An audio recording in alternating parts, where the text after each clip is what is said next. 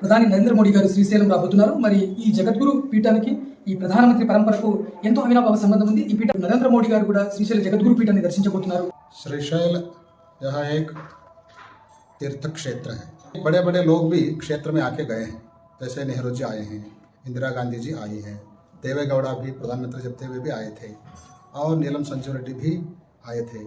अनेक मुख्यमंत्री तो बारंबार आके जाते रहते ही हैं। इस तरह से सभी लोगों के आने जाने से और उनके सहयोग के कारण इस क्षेत्र का विकास होता जा रहा है। మన శ్రీశైల జగద్గురు గారు మీరు వచ్చి ఆమంత్రం ఇచ్చినప్పుడు ఏం చేశారు? స్వామి, చాలా బిజీగా ఉన్నాను, కానీ మీ ఆశీర్వాదం నేను ఎప్పుడు మర్చిపోలేను, మీ ఆశీర్వాదం నాకు కావాలని వీడియో కాన్ఫరెన్స్ ద్వారా 20 నిమిషాలు ఫస్ట్ వాళ్ళ అధికారులందరూ టైం ఇచ్చారు.